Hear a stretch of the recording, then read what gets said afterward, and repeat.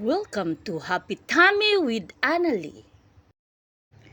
Hi guys! For today's video, magluluto tayo ng pinasarap na ginisang isda with cabbage. Sabayan nyo ako, magluto tayo. So ito yung mga ingredients natin guys. Garlic, onion, bell pepper, lemongrass, cabbage at ang isda, marinated fish natin. So ito lang yung gagamitin natin guys. Mahilig ako sa lemongrass guys, kaya every time may niluto ako na may sabaw, may lemongrass tayo. So ito na, mag-start na tayo.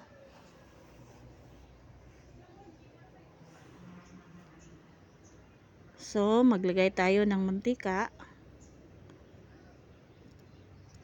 Parang iprito lang natin saglit yung marinated fish natin guys.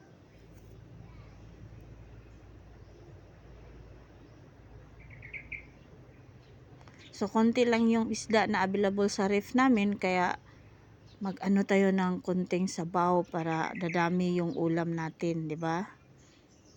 So kanya-kanyang diskarte lang yan guys, para maging mabusog ang buong pamilya. So i-add na natin ang mga garlic and onions. Okay. Hintayin nating maging mabango yung ano natin guys, onions at saka garlic, di ba? Saka natin ilagay ang mga marinated fish natin.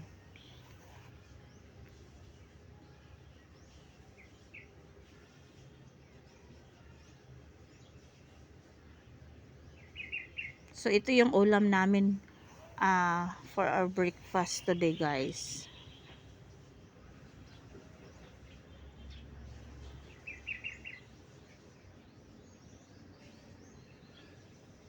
So pag mabango na to, ilagay na natin yung ano, yung isda.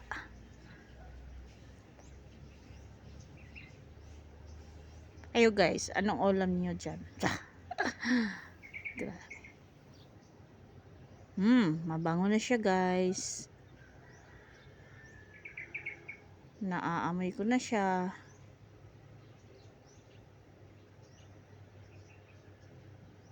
So we will soon add our fish. Mabango na. Hintayin lang natin na maging mabango talaga yung bawang at saka onion natin. So i-add na nating fish, yung fish natin guys, since mabango na talaga siya. So para lang iprito lang natin.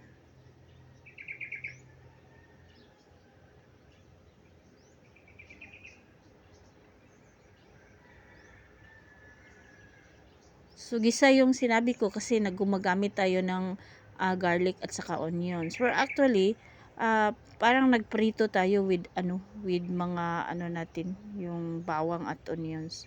Tapos ihalo na natin yung natin guys, yung sauce. Ilagyan ko lang ng tuyo, so konting soka at saka yung pangpasarap natin, konting tsk. So takpan natin guys at i-ano lang natin to, palutuin natin yung fish. So ito na siya guys. Luto na siya pero konti lang yung sauce natin. So i-add na natin yung bell pepper para maging mabango siya. Tapos mag-add tayo ng konting tubig. Tapos kayo na bahala guys sa timplada ninyo guys, kung ano yung ninyo yung masarap sa inyo. Basta ako gumamit ako ng toyo, suka to marinate my fish. Tapos ngayon add natin yung paa ng manok, the lemongrass at saka yung cabbage. I-add na natin guys kasi tama na yung timpla. Masarap na siya. So i-add na natin ang cabbage natin.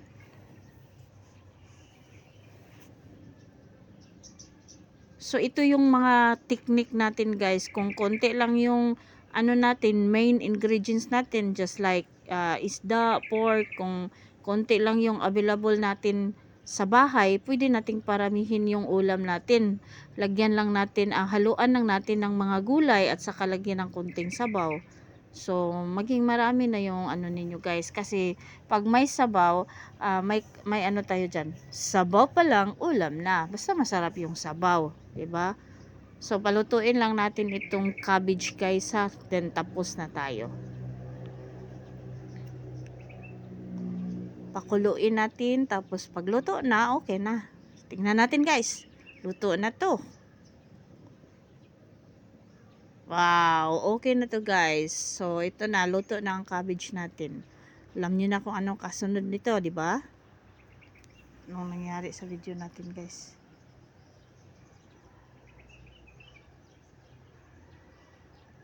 So, maglagay na tayo sa lagayan natin para iserve natin sa breakfast. Kunin ko muna yung mga cabbage. So, we just have 5 slices of fish guys, no, na ginamit natin. Pero meron na tayong sabaw. Konting sabaw at saka may vegetables tayo. Meron tayong cabbage. Naglagay lang tayo ng isang bell pepper at saka konting lemongrass, garlic, and the onion. So, super lang guys, low budget. So, ito na. Iuna kong yung mga isda guys para hindi madaling makita, para akalain ng mga bata gulay yung gulay lang yung ulam, may isda para sa ilalim, di ba? So, tingnan natin guys kung okay kaya tong ginagawa ko. Masarap to guys, masarap yung sabaw.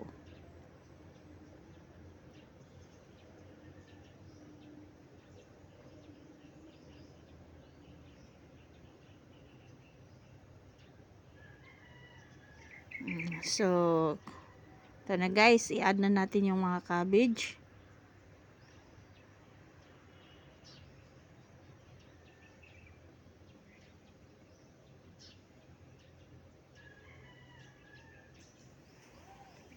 So, healthy pa rin to guys. Just like sa mga niluto natin in the previous, lagi tayong may gulay. Kahit konti lang. Pero in our next videos guys, future videos, luto tayo yung maraming gulay talaga.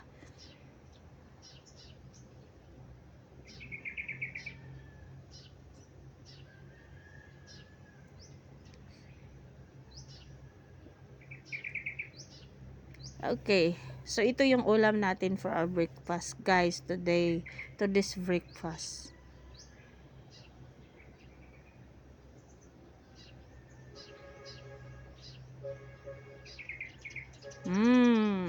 Sarap. Ito na siya guys. Ito na ang ating isda with cabbage. Sobrang sarap at masustansya. At higit sa lahat, low budget lang. Kaya, sulit ang ulam natin, di ba? Charang! Andito na ang ating ulam na isda with cabbage. Thank you for watching guys!